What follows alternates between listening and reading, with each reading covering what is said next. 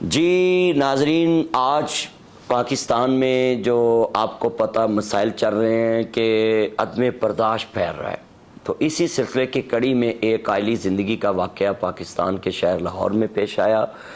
بڑی معروف anchor person عائشہ جان زیب صاحبہ، جو آپ کو پتہ ہے سما پہ، ون پلس پہ، مختلف ٹی ویوں کی سکرین پہ عوامی مسائل میں آگے آگے پیش ہوتی ہیں، تو میں یہاں اس ٹاپک پہ بولنا ضروری سمجھتا ہوں کہ آپ نے عائلی زندگی کو کیا سمجھ رکھا ہے۔ عورت ایک کھلونا ہے کہ جب چاہے اس کو توڑ دو، جب چاہے اس کو جوڑ دو، نہیں، آپ کو پتہ ہی نہیں عورت کی تعریف کیا ہے۔ اسلام نے عورت کو اتنی عزت دی ہے، آپ نے تو ایک اس کے خاوند ہو کے اس کے چہرے پہ تھپڑ مارا ہے۔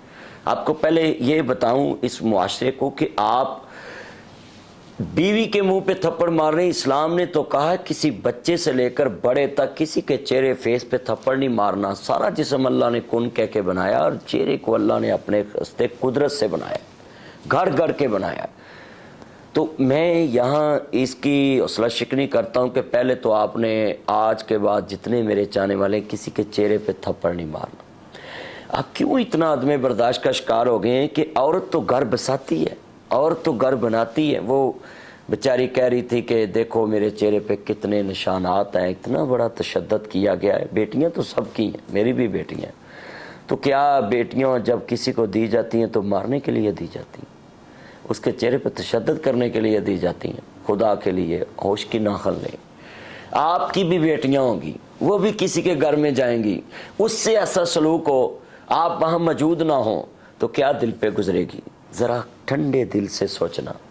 میں تمام ایسے ہسبنوں کو، ایسے خامدوں کو، ایسے لوگوں کو پیغام دے رہا ہوں کہ اکیلے بیٹھ کے اپنے گھر میں سوچیں کہ ایک کمرے میں آپ کی بیٹی پہ تشدد ہو رہا ہو اور آپ وہاں موجود نہ ہو اور چہرے پہ تشدد کے نشان نظر آ رہے ہوں، اور آپ کے دل پہ کیا گزرے گی کہ میری بیٹی اس حالت میں کیا تھی، کیسے گزری ہوگی، کہ وہ لمحہ وہ ٹائم، وہ گھڑی کیسی گزری ہوگی، میری بیٹی کے دل پہ کیا گزر رہی ہوگی۔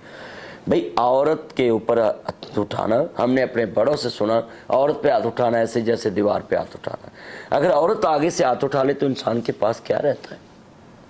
کہتے ہیں کہ مرد 100 تھپڑ مار لے تو عورت ایک مار دے تو وہ اس کا 100 کے برابر ہے، کیونکہ عورت ہے، اس نے ہاتھ اٹھا لیا، اب انسان کے پلے کیا رہا؟ تو خدا کے لیے سوچیں کہ ایک تو چہرے پہ آپ نے کبھی کسی کے چہرے پہ تھپڑ نہیں مارنا۔ نمبر 2، آپ کہتے ہیں کہ مرد سارا گھر بساتا ہے۔ بھائی اللہ کا گھر، خانہ کعبہ عورت نے بسایا۔ سیدہ حاجرہ پاک سلام اللہ علیہ السلام، وہاں سلام اللہ علیہ نے اللہ کا گھر آباد کیا، اپنے بچے کو ساتھ لے کر آباد کیا۔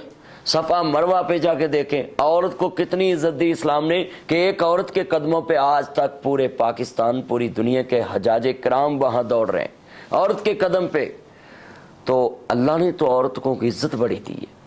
تو عورت آپ کے گھر کی آگے نسل چلاتی ہے۔ مثال آپ کی پراپرٹی 1 کروڑ روپے کی، اگر وارث پیدا کیا ہے تو عورت نے کیا، اس کے بطن سے آپ کا وارث پیدا ہوا۔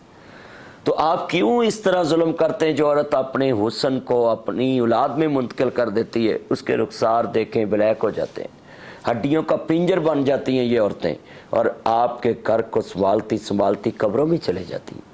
اور وہ عائشہ جان زیب صاحب کہہ رہی تھی کہ میں نے پہلے بھی بڑا برداشت کیا کہ میرا گھر بس سے، ہر عورت کی آخری کوشش ہوتی میرا گھر بس سے۔ تو اس لیے خدا کے لیے آپ کیوں ایسا کرتے ہیں کہ روز ٹی وی پہ کوئی نہ کوئی پاکستان میں ایسا واقعہ رونما ہوتا، اور طلاق کی اتنی ریشو ہو چکی ہے، کوئی عورت خلا لینے جا رہی ہے، کوئی مرد طلاق دے رہا ہے، کوئی خلا لینے جا رہی ہے، کوئی مرد طلاق دے رہا ہے۔ تو بھائی جو نہیں لے کر آئے گی وہ کون سی فرشتوں کی لڑی سے ہے؟ تو کسی سے تو آپ کو کمپرومائز کرنا پڑے گا نا۔ تو کس گھر میں کوئی مسئلہ پیدا نہیں ہوتا، کہتے ہیں جتنے پانڈا ہوئے تھے کھڑاک ہوندا، جتنے کڑا ہوئے تھے چکڑ ہوندا ہے۔ اس لیے ہم پورے پاکستان کی طرف سے ایک تو ہزارے جگجگتی کرتے ہیں کہ عائشہ جان زیب صاحب سے جو زیادتی ہوئی ہے، وہاں مریم نواز صاحبہ نے بڑا اچھا جناب جی سٹینڈ لیا ہے کہ انہوں نے ٹویٹ بھی کیا ہے اور اس پہ کہا ہے کہ کارروائی بھی کی جائے، اور پولیس کا بڑا اچھا رول ہے کہ انہوں نے بھی بر وقت کارروائی کی ہے۔ اور میں دعا کرتا ہوں کہ اللہ ان دونوں خاندانوں میں خیر کا رستہ نکالے، جس سے دونوں خاندان برباد ہونے سے بچیں. بچوں کی زندگی برباد ہو جائے گی. خامد کو بیوی اور مل جائے گی, بیوی کو خامد اور مل جائے گا, مگر ان بچیوں کو, ان بچوں کو نہ ماں اور ملے گی نہ باپ اور ملے گا. خدا کے لیے اپنے غصوں کو ختم کریں اور ان بچوں کا سوچیں جن کو نہ دادی کا پیار ملے گا نہ نانی کا پیار ملے گا, در بدر ٹھوکریں کھائیں گے.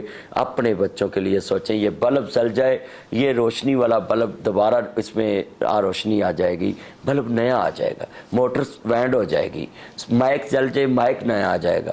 دنیا کی ہر چیز نہیں آ جائے گی, مگر ایک دفعہ گھر اجڑ گیا تو بچوں کو ماں باپ اور نہیں ملے گا.